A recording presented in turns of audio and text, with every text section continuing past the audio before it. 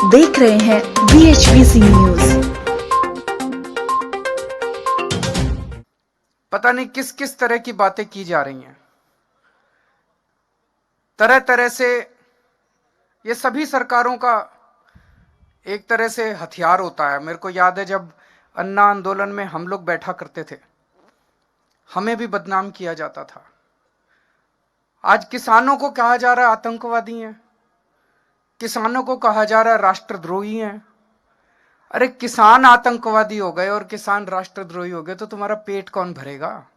तुमको रोटी कौन देगा उसके बाद? 70 साल से किसानों को, अपने देश के किसानों को सबने धोखा दिया। सारे नेताओं ने धोखा दिया, सारी पार्टियों ने धोखा दिया। किसानों ने केवल और केवल धोखा देखा है अभी तक। सारी पार्टियां कहती थी तुम्हारे लोन माफ करेंगे, किसी ने लोन माफ नहीं करे। सारी पार्टियां चुनाव के पहले कहती थी तुम्हारे बच्चों को नौकरी देंगे, किसी ने नौकरी नहीं दी। अब ये तीनों कानून लेके आए हैं, इन तीनों कानूनों के जरिए अब ये इनकी खेती भी छीनना चाहते हैं। किसान के पास खेती के अलावा तो कुछ होता नहीं है, उनकी खेती भी छीनना चाहते हैं। उनकी खेती भी उठा के बड़े बड़े 2-4 इनके पूंजीपति दोस्त हैं उनको देना चाहते हैं। अगर खेती भी चली गई किसान की तो फिर वो कहां जाएगा? और तो तुमने इनके लिए कुछ करा नहीं, खेती करता है बेचारा किसान। खेती भी चली गई तो किसान कहां जाएगा फिर?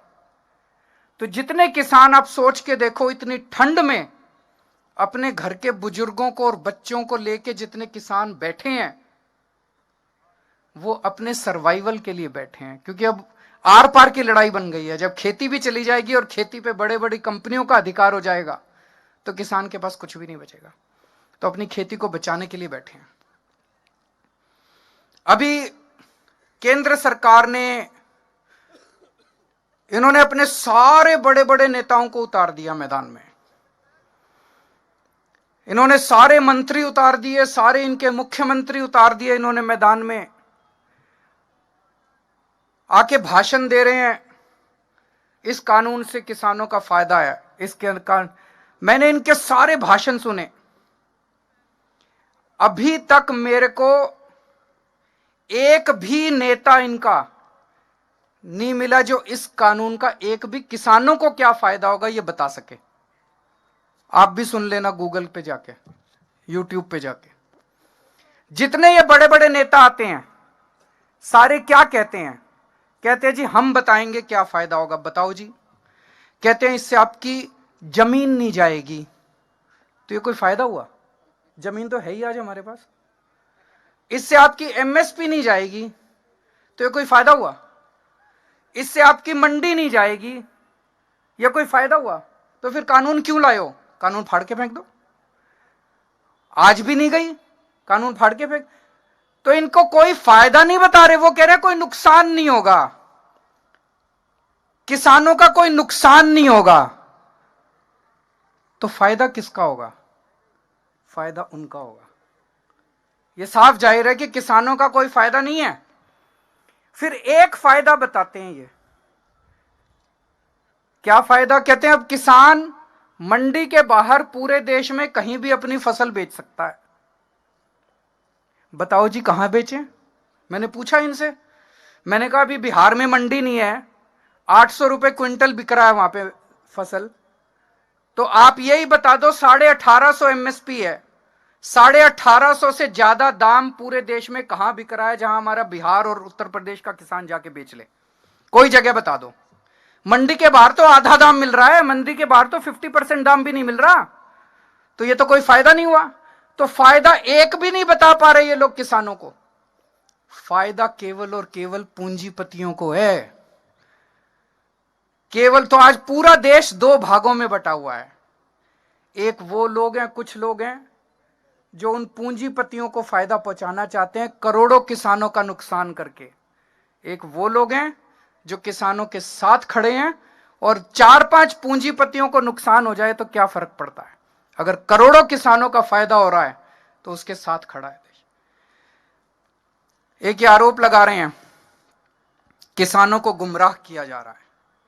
मैं आज यहां से चैलेंज करता हूं, मैं चैलेंज करता हूं केंद्र सरकार अपने सबसे बड़े, जिसको भी इसका पता है, वो आ जाए और हमारे किसानों के नेता आ जाएं और पब्लिक में डिबेट कर लें दोनों को, किसको ज्यादा जानकारी है। कहते हैं किसानों को जानकारी नहीं है, किसान बता देंगे।